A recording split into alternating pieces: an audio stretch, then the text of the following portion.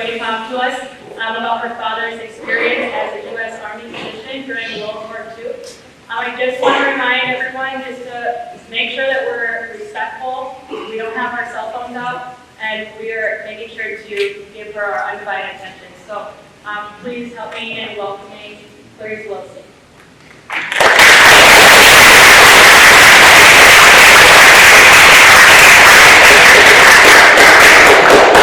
So I know for me this is very exciting. My father grew up in Oconomowoc, and he was born in 2014. So that was like 110 years ago.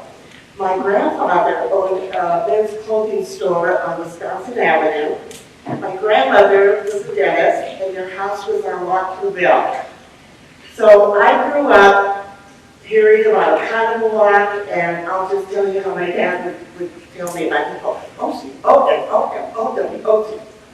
don't know if any of the rest of you know about that, but that was my dad. And when he grew up here, and then he actually ended up at the last part of his high school at St. John's Military Academy because his parents had passed away.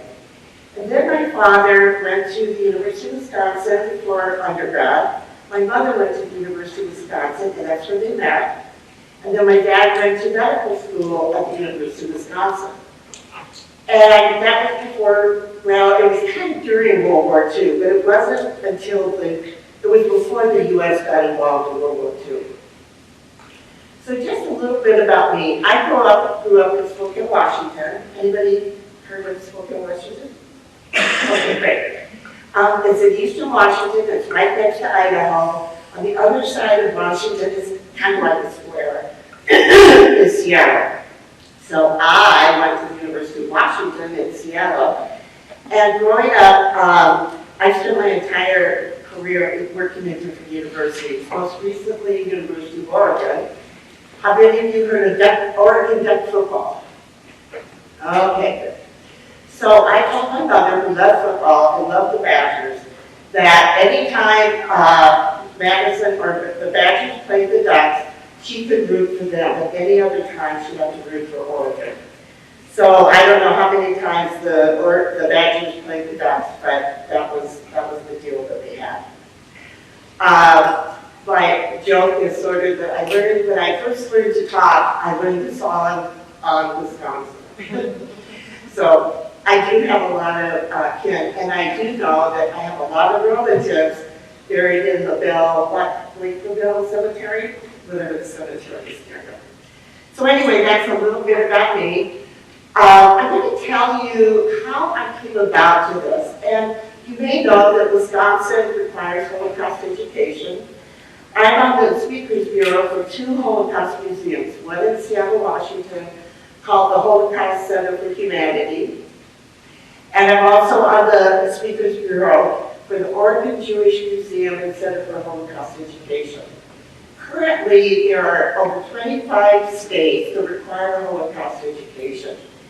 And it's really important because right now, well, not just right now, but there has been historically a lot of talk about the Holocaust didn't exist and all of that. And to me, that's totally insane because when I learned about my father's experience, just that in and of itself was like, how could anybody not know that it happened? Mrs. Little has told me that some of you have read Night. Could you just raise your hand of those who have read Night? Okay, great, wonderful. So I think it's a powerful book. I've read it a couple times.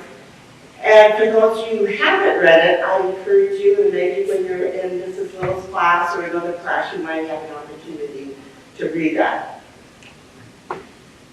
I'm very committed to Holocaust education, and after discovering my father's experience, I decided I retired from my career at the University of Oregon, where I was for 20 years.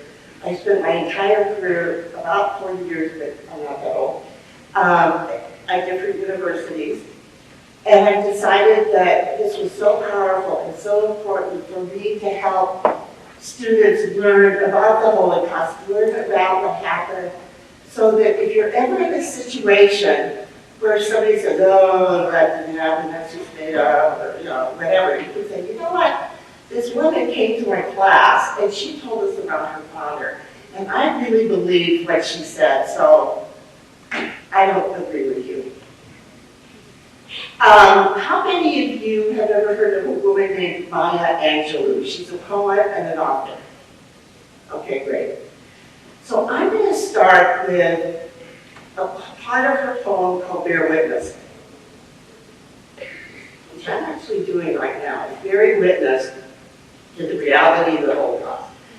I'm not Jewish, I didn't grow up in a Jewish home, but I also believe that non-Jewish people are really responsible for helping people to understand what happened. And you have the Jewish survivors, you have the Jewish people who died or murdered in the Holocaust.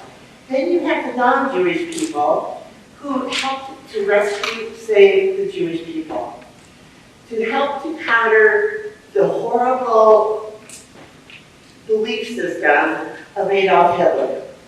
You may have heard the term final solution. Well, Adolf Hitler said the final solution was annihilating all Jewish people.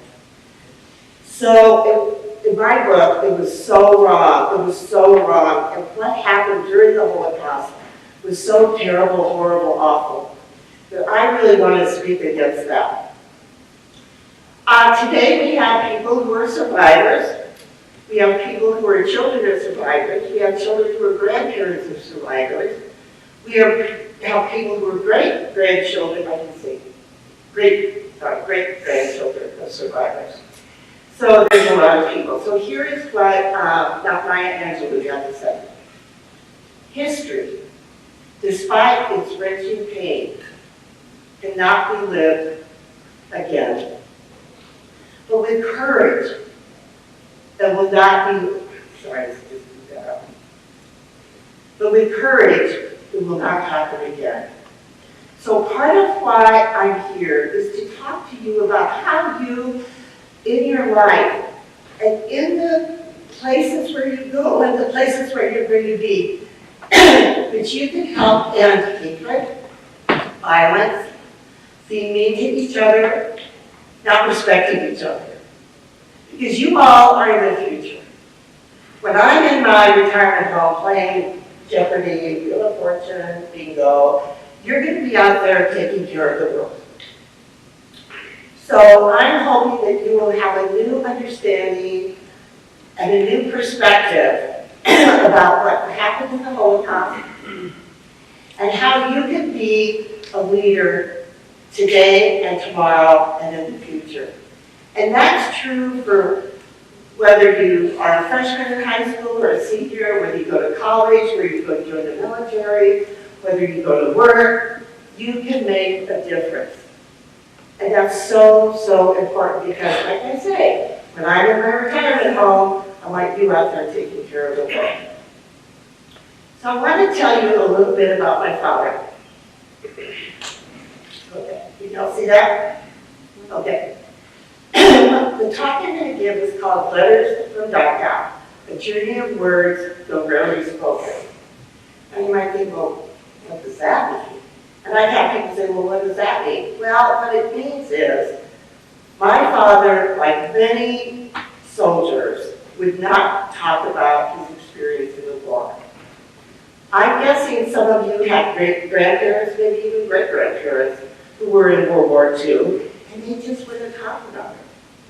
And one of the things that's interesting about World War II is that when they came home, the soldiers came home to this country, it was like, well, we defeated the foe of Adolf Hitler, and we're heroes, and we want to buy a house, and we want to have children, and we've got to get a job, and yahoo, we got rid of Hitler. Well, that's all true. But when you think about what some of your great-grandparents, your grandparents, they have seen and experienced, it was really, really, really difficult for them. So I want to tell you a little bit more about my father. He was born in Oconomowoc. I think he went here, not here, school. 1 or 2 years, and then graduated from high school from St. John's Military Academy because his parents had both died. And then he went on to grad school, military school. Well, in 1943, he and my mom met at the University of Wisconsin. She got her degree in physical therapy, he in medicine. They got married, and he started private practice in a town called Elko, Nevada. And this was just after, do you all know, raise your hand if you know about Pearl Harbor and the Japanese bombing Pearl Harbor. Okay, great, yeah. So, good history students. So after that, there was a really strong need of having doctors, medical people. So he and my mom, she was not my mom then, so when I talk about his wife, his mother, Emily, she eventually became my mom, but she wasn't at this time. I wasn't born until several years after he came back from the war. So they decided that he would go to war and be a physician. And that had to have been an absolutely difficult situation. Because nobody wants their spouse to go to war. Not only that, my dad was at Fort Devens, Massachusetts, and 2 weeks after he was deployed to South Carolina and then to go to Europe, my brother was born and had a very bad heart. So they brought my dad back, and they decided that my mom and my little brother was too young at that point to have heart surgery. They would go to Bismarck, North Dakota, because that's where her parents lived. So my dad was one of 27 physicians. And think about only 27 people going into a place like Dachau concentration camp and trying to bring healing to the patients, the survivors, trying to those people who were so ill and so sick that they had to help provide a compassionate death because they really couldn't save them because of the seriousness of their issues. Now, Dachau was the first concentration camp in Germany, in Europe, established by Adolf Hitler and a man named Heinrich Himmler.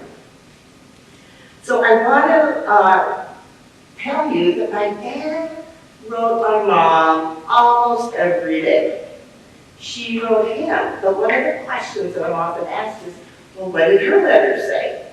Well, the Army would not allow the soldiers to keep the letter of their spouse. There was just too much to carry. So my dad, which when I found this out, I thought was kind of sweet, is he cut little bits out of the letter and then put them under his hat so that he carried them on top of his head with his, holding them there with his Army hat. So one of the first letters that I read from my dad, and I'm going to be talking about mystery, surprise. I'm going to talk about Nazis and hate, and I'm going to talk about hope. Because you all are the hope of the future. Just like I said earlier, you're the people who are going to be the leaders of our country, the leaders in our community, the leaders in your school, college, military, work situation, etc.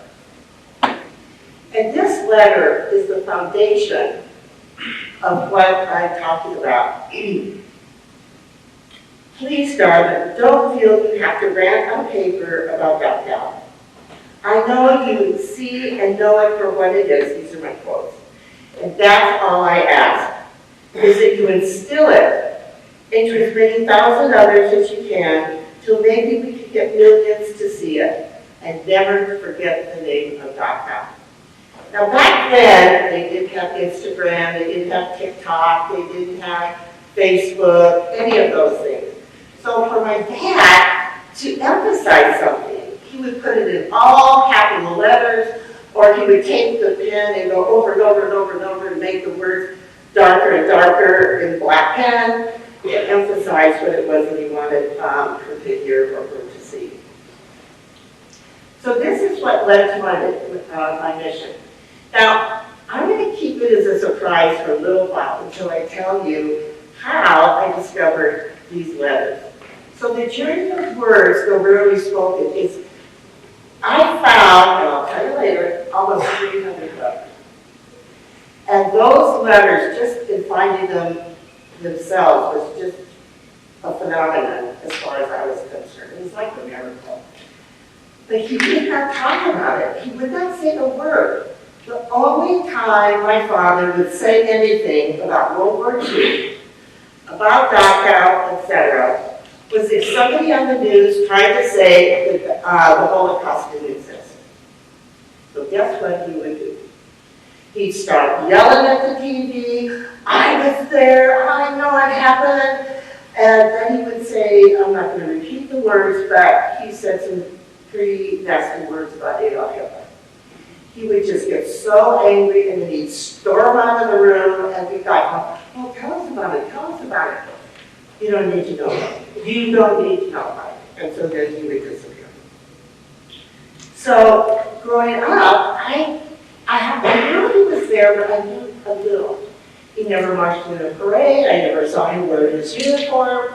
Different parades have veterans that march in the parade. He never did that. And it was just like a non-subject. So growing up, we knew that there was a trunk in the attic. And we knew that because, I don't know about any of you kids, but we would go up to the attic and, fool around, play, and what have you. And there was this big trunk. It was an army trunk. It was green, kind of army green. And on the side it said Captain David D. Wilsey, Medical Corps, and then the number that is affiliated with his unit in the military. So the journey of words is the journey of my father having been in the Battle of the Bulge. Does anybody know what the Battle of the Bulge is? You don't have to tell me, but just raise your hand. Okay, great. So the Battle of the Bulge was the bloodiest battle in World War II. It was in December and January, 1944, 1945. It was the very worst battle, it was the very worst winter in decades. People were having frozen feet, frozen toes, frozen hands, and yet the Americans, the Allies, were fighting against the Germans. And it just kept snowing and snowing and snowing.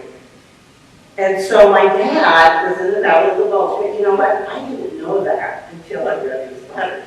We knew this much that he'd been in Dachau. We knew this much that he was a physician, but we didn't know anything about the Battle of the Bulge. Well, I'm going to do a little bit of a demonstration. My dad received a Bronze Star, which is like the third, fourth highest medical award you can get.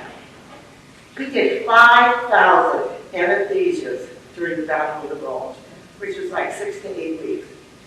So this is what the papers say about why, the papers meaning the Army papers, why he got this award. So he would take 7 operating tables, like in his phone wheel, and then he would stand in the middle and go around and around and around. He was doing 7 anesthesias at a time. Now, those of you who've never had anesthesia, or surgery, I should say, anesthesia is what is used to put you to sleep so you don't have any pain. Now, for me, I've had several surgeries. I don't want 6 other people getting anesthesia at the same time I'm getting it. Because the anesthesiologist is the one who basically keeps you alive. Your respiration, your heart rate. The surgeon is the one that fixes what's ever wrong with you. So if you can think about 7 tables, 7 people, my dad going around and around and around and around, I was like, wow, that is really, really creative. So, after the Battle of the Bulge, he and what they call the Rainbow Division. The Rainbow Division was the name of the 42nd Military Army under General George Patton. Some of you may have heard of him. And what they did is they were exhausted, coming from the Battle of the Bulge, going down Belgium, France, and Germany to Bavaria, and I'll show you that in a little bit. So we knew that that Dachau would not develop the Bulge. So let me tell you a few facts about Dachau. Now, how many of you have heard of Auschwitz?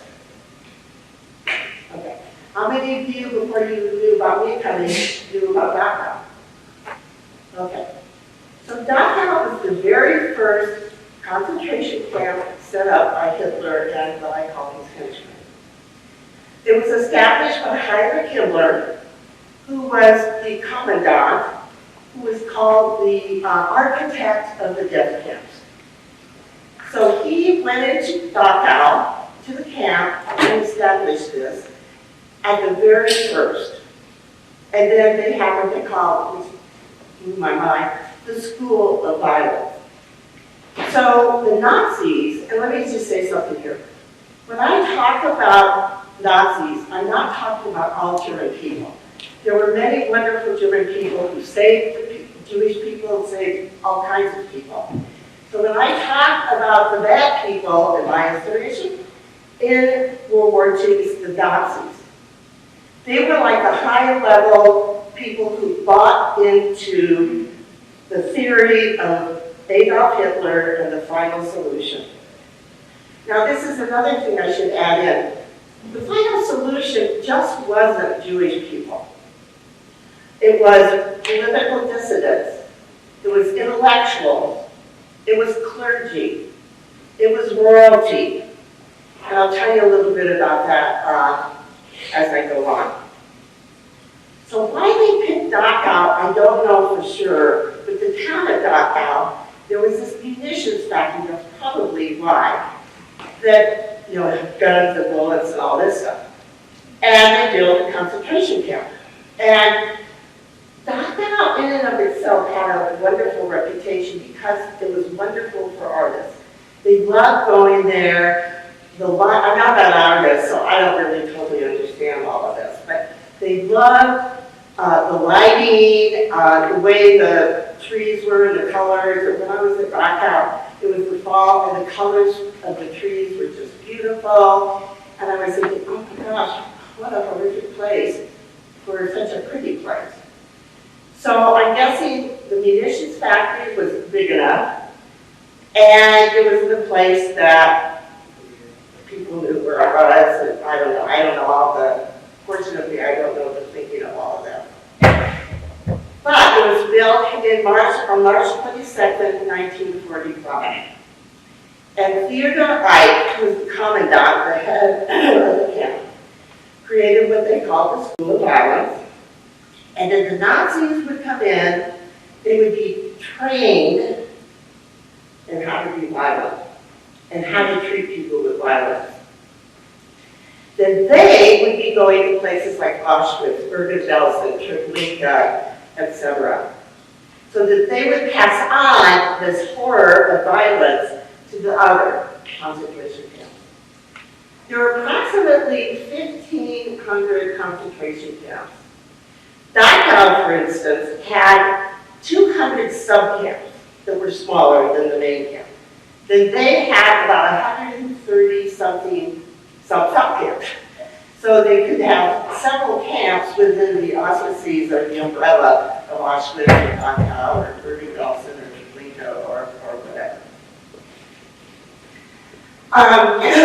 There was a jingle, which I don't think was a very nice jingle, but people got to learn about Dachau, and the jingle was, please, dear God, help us to be silent so we don't end up in Dachau. Because they knew that if they were arrested and they went to Dachau, there was a really terrific chance, really high chance, they were going to be brutalized, they were going to be murdered. So people, it did well to kind of keep some people quiet and not to be, fill their opinions. Hitler and his people didn't like scientists because scientists were going to say, well, wait a minute, political dissidents. Wait a minute, no, this isn't right, okay, off to Dachau. There was royalty there. The king and queen of the Netherlands, Sweden, And I believe there were some royalty from Denmark there. There were also like almost 3,000 clergy. Many of them were Catholic priests. And I'm not going to tell you what happened to them, but it was pretty awful. So anybody who ended up in a place like Dhaka had a really good chance to be tortured and die. So let me give an example of sort of a today thing with yesterday. Yesterday meaning 1945. So, how many of you have had a McDonald's Big Mac? Okay, or well, okay. If you haven't had one, you all know what it is, correct? Okay. So, in terms of calories, a Big Mac is 550 calories. Well, when the doctors came in, they realized that the people there had less than 500 calories to eat per day. So you think about if you had one Big Mac, and not even a whole Big Mac, for an hour, you didn't even have that for a day. You just had under 500 calories. Now, what were the calories? What was the food?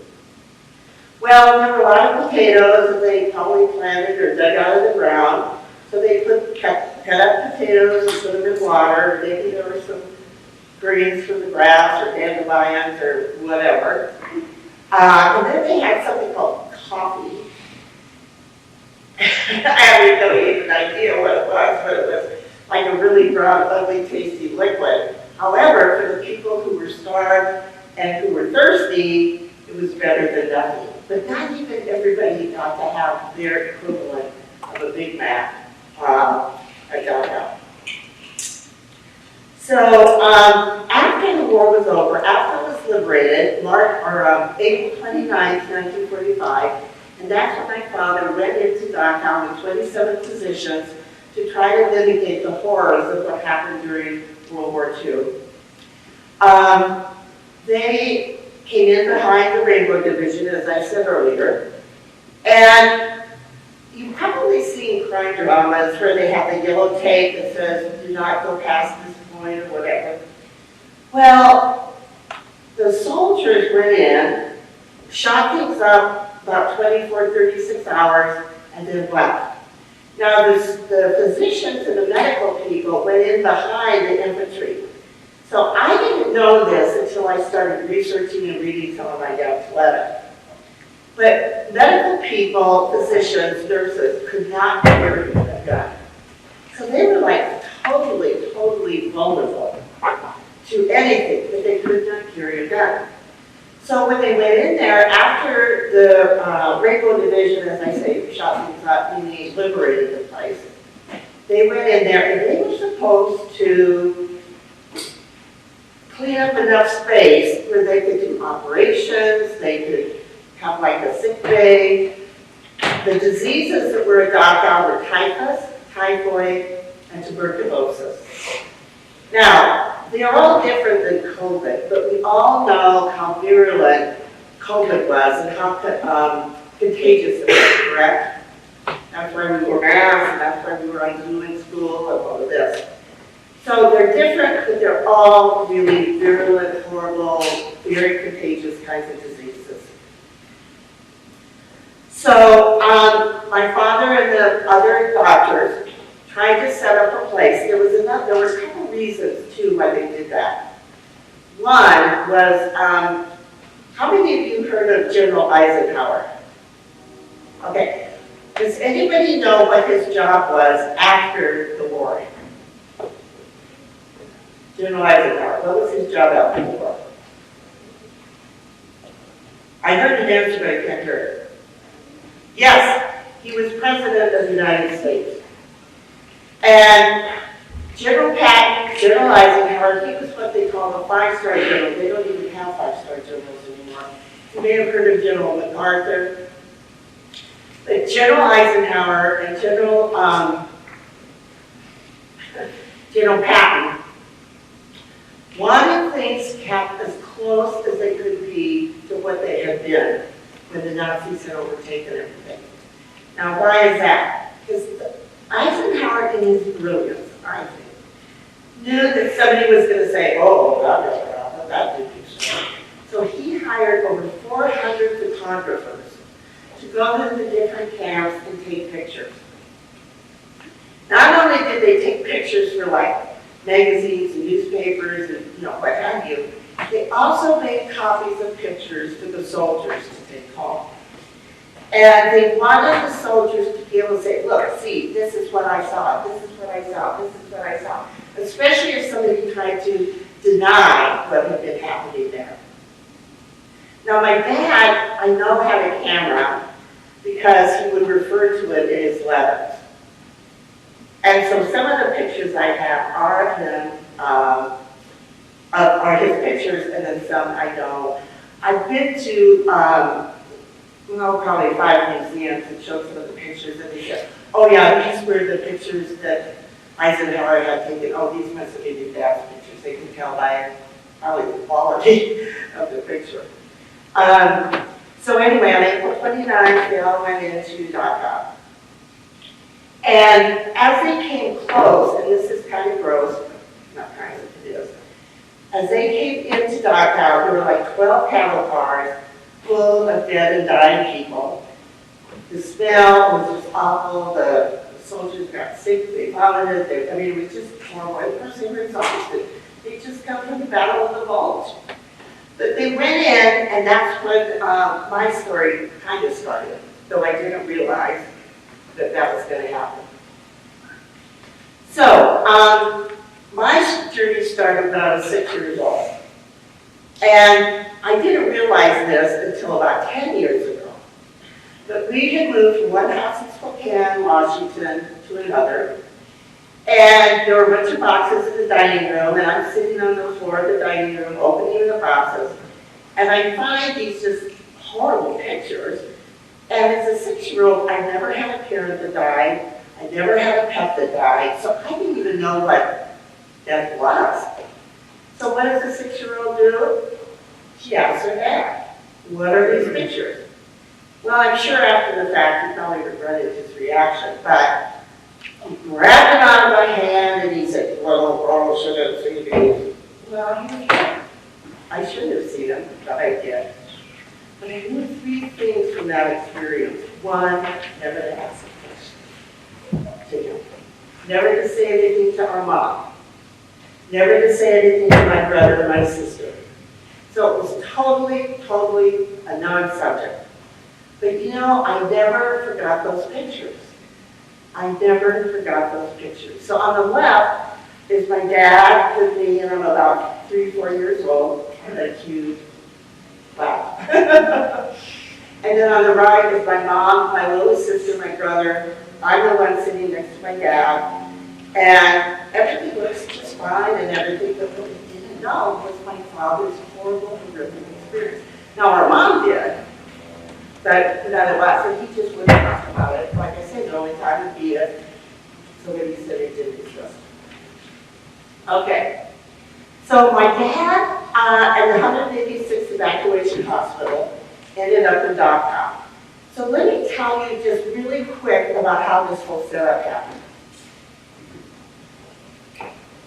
The medic, who is the frontline medical person, they have it's more like nurses training than a doctor.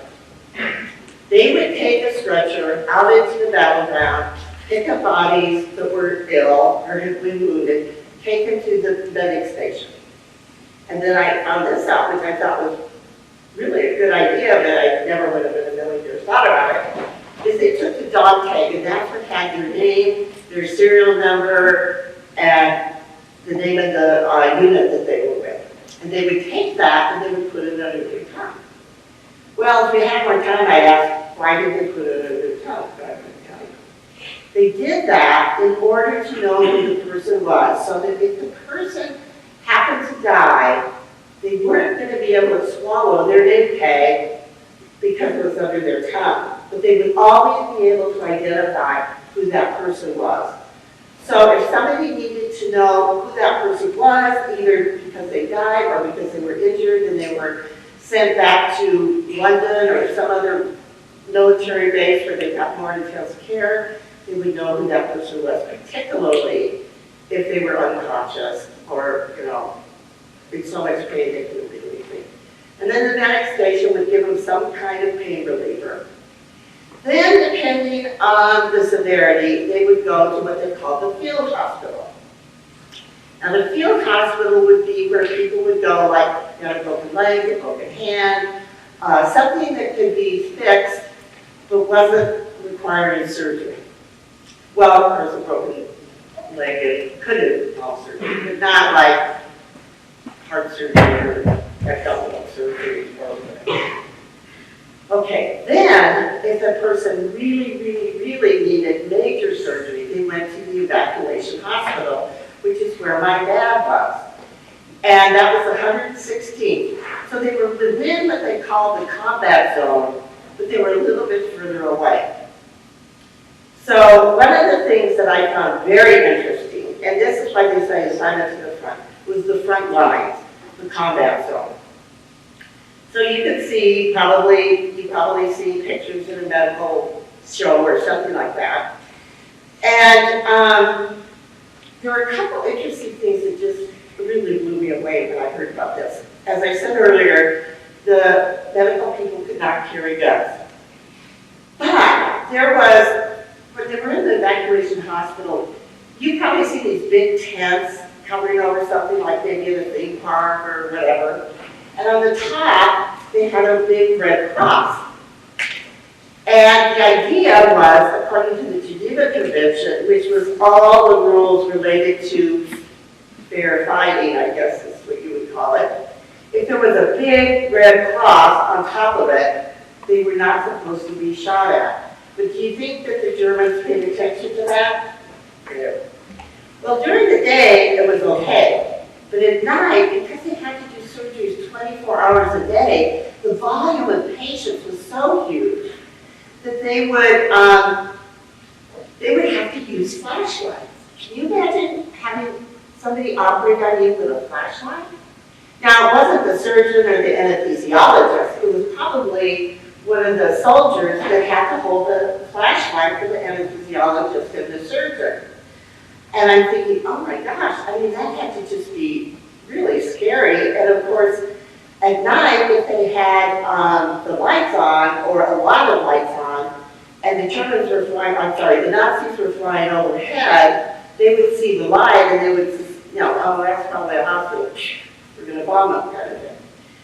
So when you think about it, when I think about it, it was just really a horrific situation. And from my dad's letters, which I'll be telling you about, that's part of the surprise of the mystery, is that he worked probably 16 hours a day. So that meant he might have gotten 6 hours of sleep. Maybe a little bit less, but they were just constantly having to operate and bring healing to these folks. Okay. So my dad, when I found the letters, I had learned from my other friends, see, when this all started happening for me, I started talking to my friends that I went to high school with, because most of our fathers were in World War II. Back then, it was mainly men. The women were maybe nurses, or Women's Air Corps, WAC, WAC. And they started looking at their dad's letters, and we started comparing things. And my dad, because he was a physician, could have stayed in the United States because they needed physicians in the United States. So instead, he volunteered to go there. So I am going to show you, how many of you may have, how many of you have been to a concentration camp, Dachau, Auschwitz, what have you? Okay. Have any of you been to the United States Holocaust Memorial Museum in Washington, D.C.? Okay, very profound. So I didn't really know where Dachau was until all of this started happening, and I thought, well, I guess I better figure out where it is. So here is Dachau. It's in the southern part of Germany. It's in what they call Bavaria, which would be like saying it was in the Midwest or the upper Midwest.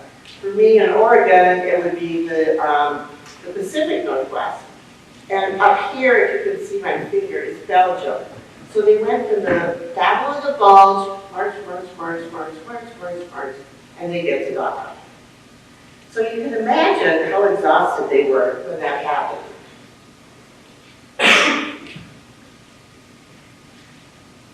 Okay, so let me read you another letter that I found later, which I'm going to keep as a surprise as to how I found it. And he says, I flood you with rumors, just because we get flooded with rumors. I believe the rumors will materialize, that they burn Dachau to the ground. It's funny, but we all just hopefully wait with fiendish glee for that moment. To see this dastardly place, just roaring in flames.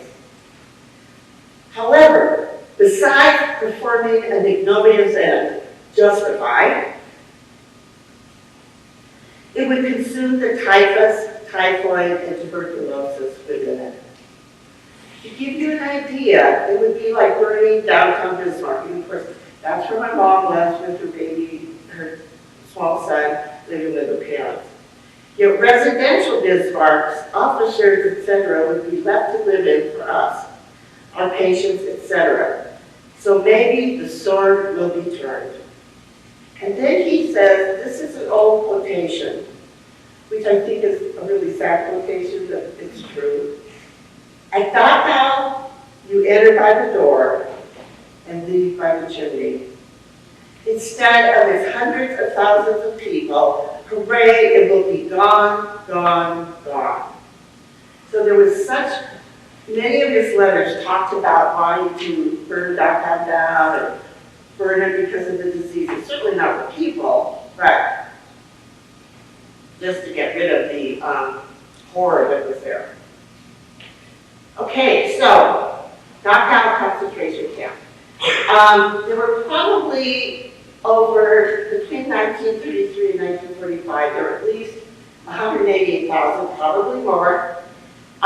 We think that between that time period, there were at least 40, up to 40,000 people who died in the gas chambers, or murdered, or starved, or etc.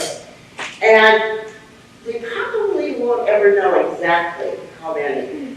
And this is another terrible fact, but it's the truth, is that when the Nazis started learning that some of the other camps like Auschwitz, which was liberated January 27, 1945, they sent some of the people out into the woods and shot them. So this door, I hope you can see in the back, it says Arbeit macht frei. Now, if some of you know German and I just murdered the words, what it means is work will set you free. What a joke. So when the people came on the trains to Dachau and they entered, this sign said, work will set you free. So they thought, well, I guess I'm just going to have to work really hard in order to be free. Well, that was really a misnomer, because once they got in there, they realized that the chances of them living were very, very slim. So here is a letter, the very first letter I read, and to tell you the truth, when I read it, I started sobbing. I was just so, can't tell you how upset I was. We roared through the gates of Dachau, figuratively, minutes after its liberation, while 40,000 wrecks of humanity milled, tore, looted, screamed, and cried, like a brave beast, which the Nazi SS had made them. In those early minutes, I saw captured SS against a wall, and then shot in what you Americans would call cold blood. But Emily, God forgive me if I saw it done without a single disturbed emotion. Because they so, and then again in all caps and all, darkening the word. Because they so had it coming to them after what I had just seen and what every minute more I've been seeing of the SS beast action. It was always referring to Dastardly Dachau, the SSBs. I mean, he just had absolutely nothing good to say about it, which he shouldn't have had anything good to say about it. But I love this picture because the jubilation, as they came, Americans, Americans, Americans, they knew that they were going to be liberated.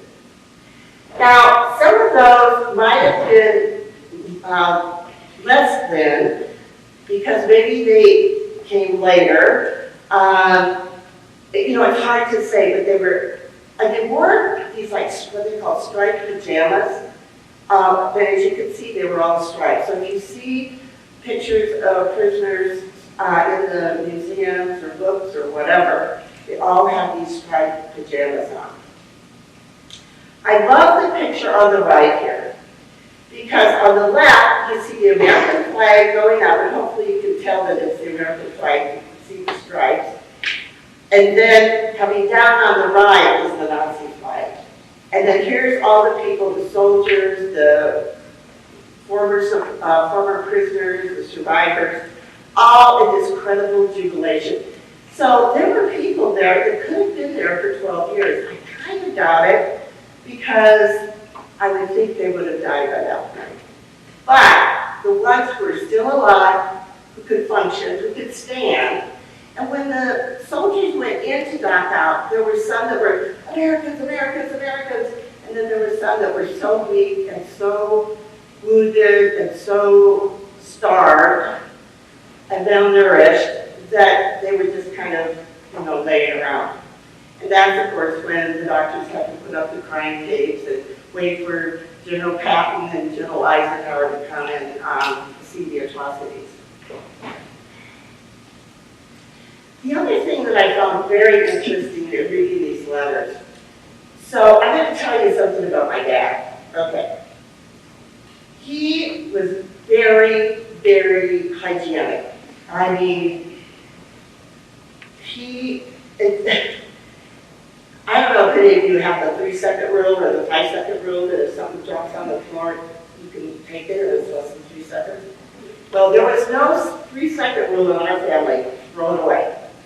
He was always washing his hands. And before dinner, he would stand at the kitchen sink, and you've probably seen on medical shows when the surgeons are scrubbing for surgery, right? Seen that? No. Give me a nod. Yeah. Okay. My dad would stand at the kitchen sink, scrubbing for dinner. And my sister and brother and I would go, hurry up, Dad. And then we get a mini lecture about germs and how many germs could be around and how you have it. And of course, we had to wash our hands like a zillion times a day. So, okay, so now he is very hygienic. And he should be. He has to be when he's an anesthesiologist and in a surgery room. And he was also a surgeon on many things, not just anesthesiology. I don't mean just, but okay. So, they go in, and the people hear the jubilation of hugging him and all of this stuff. And my dad hugged back. They were dirty, they hadn't had showers, they were covered with lice, which are little bugs that come to people who haven't been clean. And my dad hugged back. And I was just like, oh my gosh, this had to have been so impactful for him to be able to hug people that were not clean and that were dirty. And didn't say anything in his letters about that. He never said that. He just talked about how incredible it was for him to be able to hug back. And I was just like, oh my gosh, that was really wonderful. Okay. So,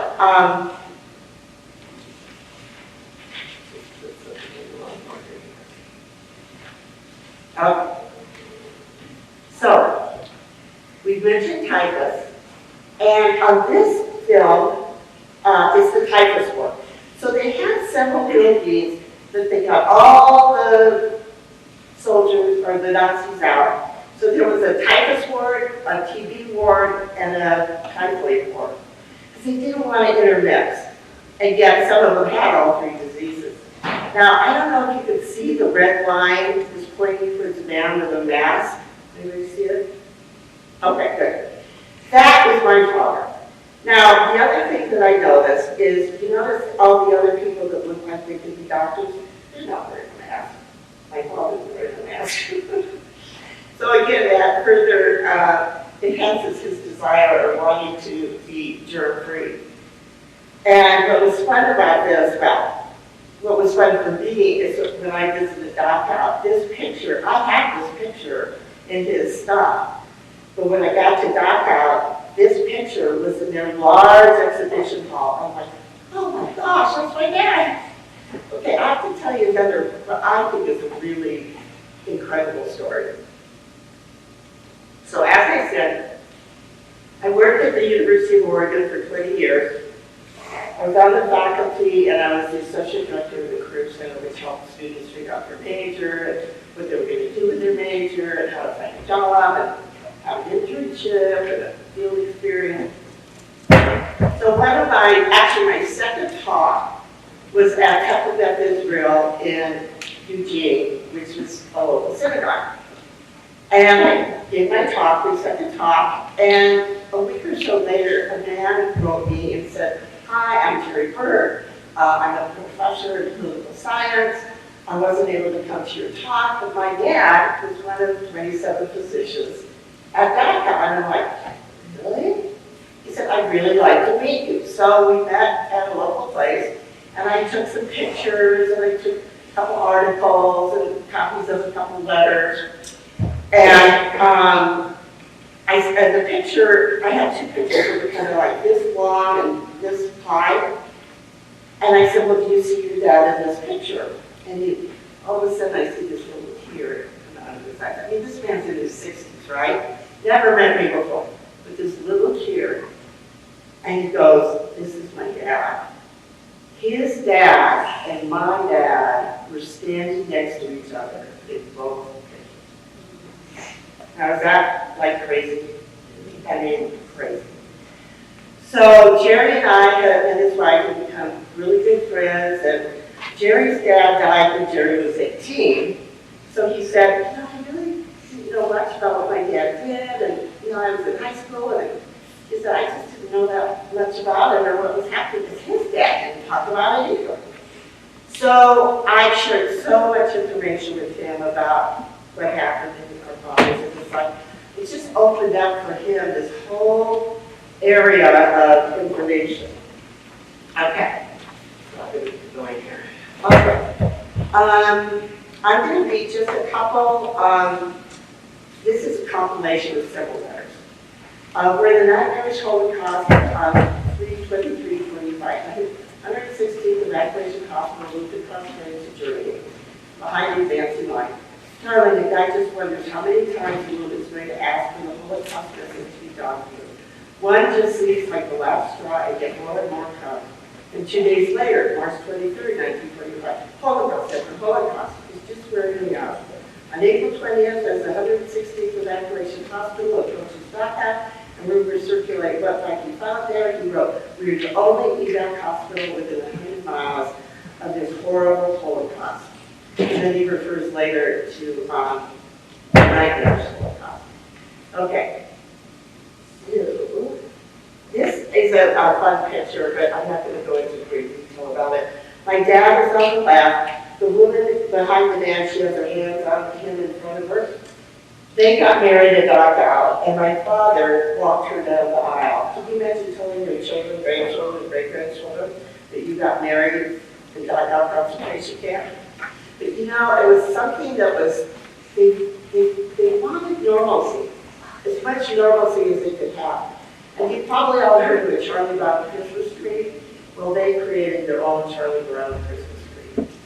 And so it was just crazy. So I'm going to skip. Okay, so my father returned home. He was really different. He was really fun and happy and all of that in the early letters. And then as the letters got deeper and deeper and darker, he was just, he just wasn't happy. Okay, so how many of you, I think one person said they've been to the Holocaust Museum. So they're in the back there. Okay, so I'm going to tell you, this is another absolute surprise. So I was at a conference and I was going to meet friends, and at that time I got welcome to the Smithsonian. So I'm on the train and I'm going, and I hear these women talking about the Holocaust Museum, and I think, oh my God, there's something to do with that. And then I hear the conductor say, oh, Holocaust Museum. I think, no, I might as well go there. I've been to the Smithsonian. So I get out, and there's 3 elevators, and there's like 50 people in this elevator. Nobody here, nobody here. So I stand here and say, I wanted to be in front of the line. So the guy over here in front of the line turned to me and he said, you want to be in the front of the line? I said, well, sure. I mean, because that usually doesn't happen. Had that not happened, the next thing would not have happened. Now, for me, this is a goosebump experience. We go to the 4th floor, the door's open, and there on the wall across from the elevator is a film with my dad walking past 2 survivors. And I'm like, I mean, I argued with myself because I didn't know him when he was 36 years old. He was in his mid to late 30s when I was born. So I was just totally flabbergasted. So I watched about 50 times, and then I went to the front desk and said, I'm 95% sure my dad is in the film up there. Do you think somebody would like to know who he is? And they said, oh, yeah, you know. And then I called my mom. And I said, Mom, and I had to tell her 4 times. Finally, I said, Mom, say something. She didn't say anything. I said, say something. And she said, oh, that's interesting. I think it's more than interesting, but that's what she said. So every time after that, things were okay, at least the next few times. Anybody would be at the house, friends, whatever. I'd say, tell her about the story, and she'd sit there. And they'd say, well, Emily, what do you think about that? She'd sit there and she'd say, that's interesting. The woman never said anything more than interesting. So this is my theory about that. She got these horrible letters. She's got this child that could be dying. Her husband's in the front lines of Belgium in the Battle of the Bulge, Dachau. She doesn't want to think about it. She doesn't want to remember it. So I think they had a vow of secrecy or a vow of silence. So, okay. So now this comes another. Now I'm going to be telling you about how I felt the letters. But in the letters, this is a letter I found, and I read it, and I'm like, oh my God. Okay. My dad wrote, look for me in a newsreel, he continued. And to think that this is only a Queen Bee camp.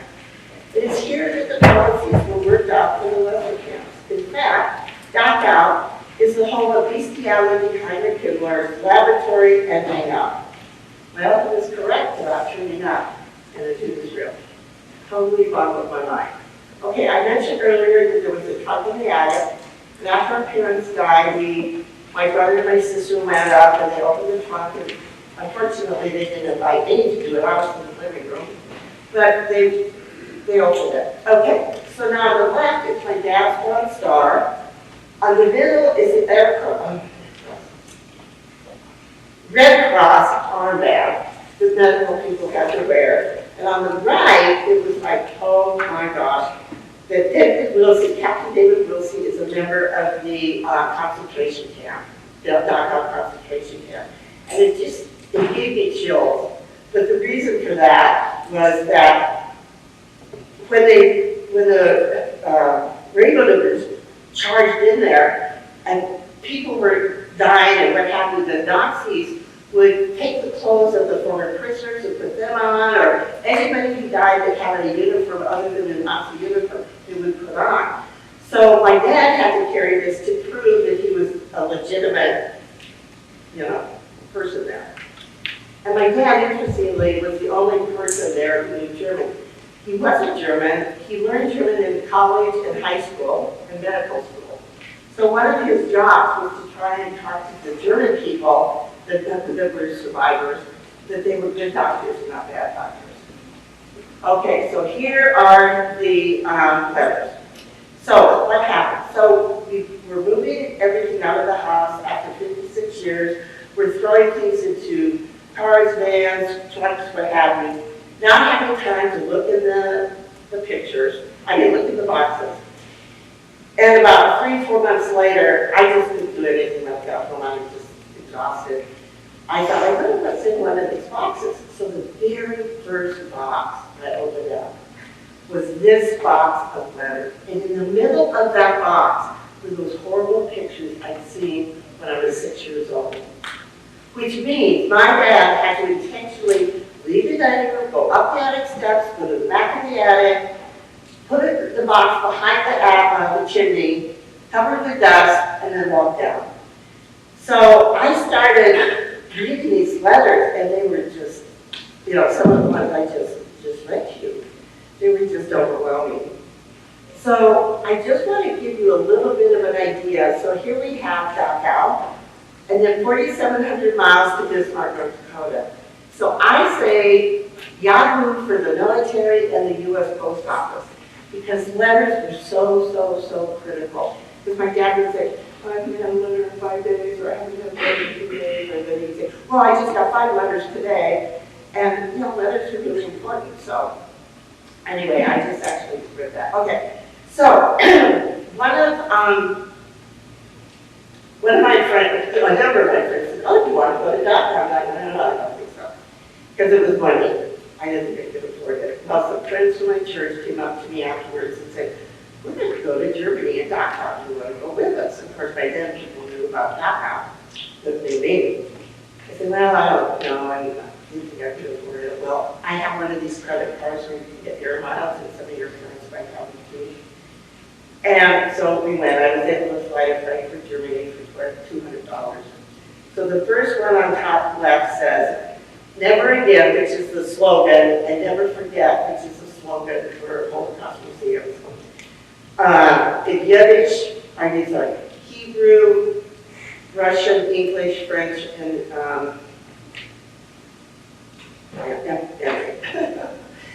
it says never again, never again. Then on the lower left hand, you probably know that Jews have to wear a yellow star. So the people who were political dissidents had to wear green, people who were clergy had to wear another color. So these were the badges that they had to wear. And then on the right here is what they call the Tomb of the Unknown Holocaust victims. Well, there were so many unknown that, and they have fresh flowers there all the time. And then the picture above that, it doesn't look bad, but if you're standing right near it or underneath it, it's a sculpture of a machine copies to indicate the starvation that people experience. So, I want to start giving you a chance to ask questions. And when I found those letters, I was like, well, that, and the pictures, I thought, well, that's what he did with those pictures. He grabbed them out of my hand and took them to the attic and brought them back down. And then he had to intentionally put them in the middle of that box of letters. And there were about 300 of them. Not all of them were horrible. Not all of them were about Dachau and the Battle of the Bulge. Some were, we just went, just, like you would write, we did such and such, or I just went and had, I drank with the Charger Major, something that was just sort of my stuff.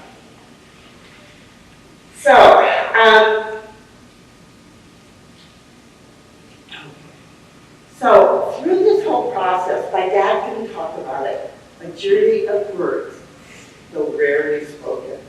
So I have felt totally compelled to be his voice and to talk about this because it's a different story than a former prisoner, or a child of a prisoner, or a grandchild of a prisoner, which are all valid stories, don't get me wrong.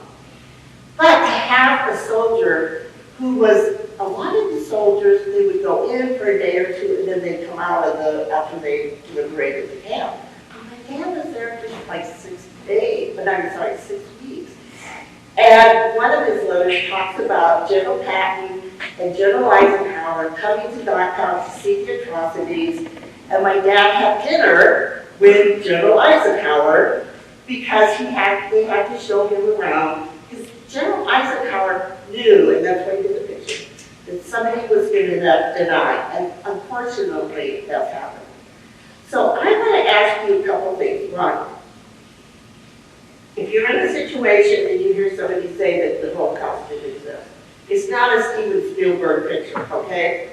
It's not Schindler's List or all the other Steven Spielberg pictures. It's reality. So say, this woman came to my town, her dad grew up in my town, and he was one of 27 physicians, and she found 300 letters. I believe her. I believe this woman. She told me enough about it, and I believe her. The second thing that I want to ask, and that is, as I said earlier, when I'm in my retirement home playing bingo or Jeopardy or Wheel of Fortune or whatever, I want you out in the world taking care of the world. You're the leaders of our country. You're the leaders for the next umpteen years. And I really, really encourage you to think about what you can do to make a difference. You don't have to go 10,000 miles away. You can do it here in our Commonwealth. If there's food insecurity, if there's animal rights, climate change, I mean, there's so many concerns of people today. Get involved. Not only that, this is my professor, director of career counseling, says, you can use those experiences if you apply for a job, if you apply to go into the military, or if you apply to go to college. Because they want to know that you have a commitment to your community, your county, your state. Because at this point, it's going to be more your city, maybe your county, and maybe your state. But right now, and your high school. So do that because it's really good for your college application and all those other applications. So I just hope that you will make a difference and that you will say, okay, what in this world can I do to make a difference? And it doesn't have to be huge. It does not have to be huge. So I want to give you a chance to ask some questions and let me know what you think. Don't be shy. Yes? Are you still in possession of the letters, or have you donated them? And if you are still in possession, what are the plans for later? Like the Holocaust Museum, the Smithsonian? Great question. I have donated the letters to the Holocaust Center for Humanity in Seattle. And part of that is because my dad's medical practice after the war was in Washington. He was a clinical associate at the medical school. It's a smaller museum. They are lovely, lovely people.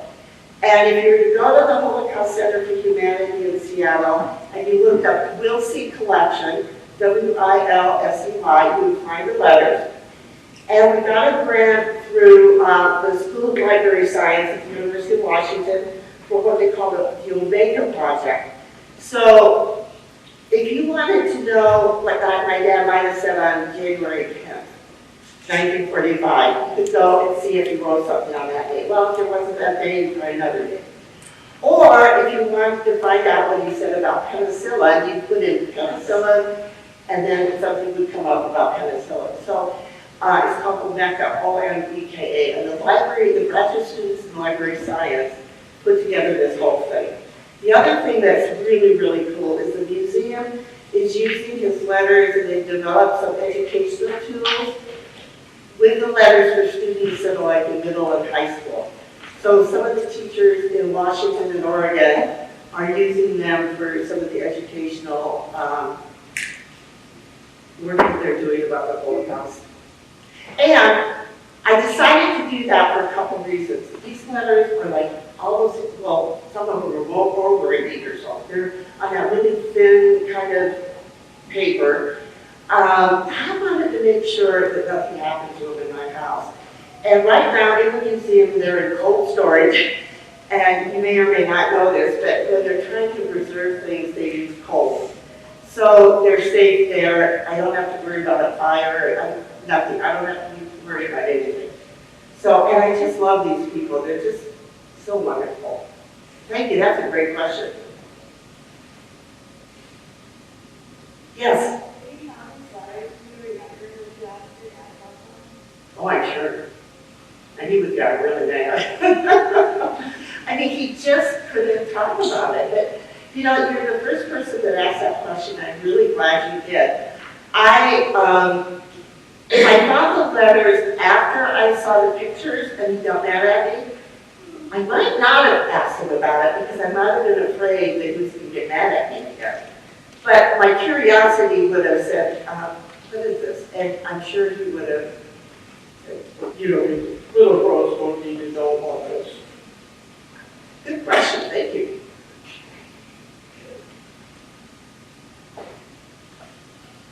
So how many of you, if somebody, I'll just say this, what?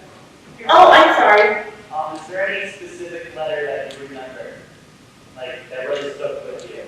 Well, the first one I said that I read when I cried really hard, the one we roared through the gates of Dachau, 20,000 people screaming, crying, yelling, that I mean, look, I always have it memorized.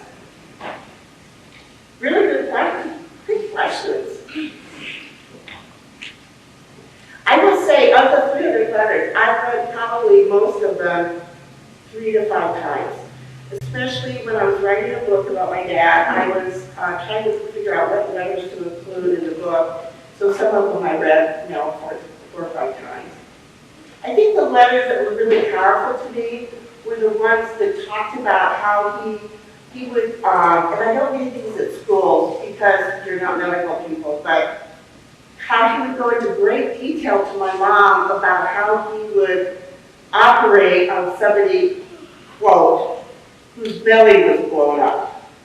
And of course, I, not being a medical person, didn't understand it all. But it was so specific, and my mom was a physical therapist, and he would say, remember your anatomy about da-da-da-da, and then he'd go into great detail. Well, even though I didn't understand medical stuff, it was pretty powerful that he was describing it. Does that make sense? We have a couple more with us. Yes? When you found the box pictures, did you immediately realize that they were the ones that you found as a kid?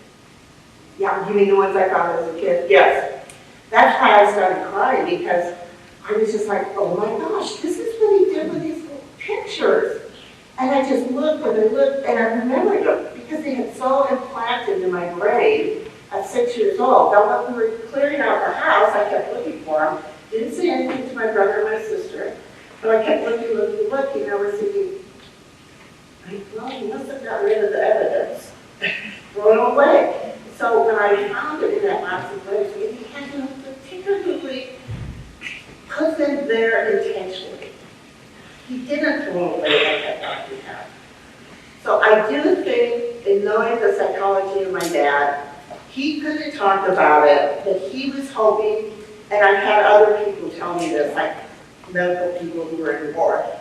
Your dad, when they were there, they hadn't forgotten it. They just couldn't talk about it. And they were just hoping that one of their children would do something about it. Good question, though. Yes? Where else have you spread the experiences? Oh my goodness, I've done 115 talks. I've spoken up and down Oregon and Washington, California.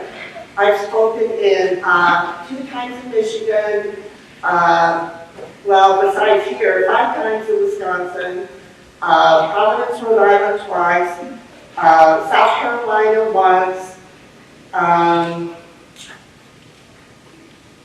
Yeah, that's it.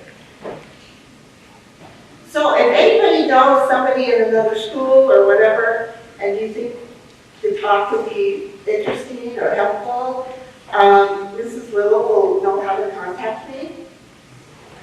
And I will say this, I hope I can keep talking.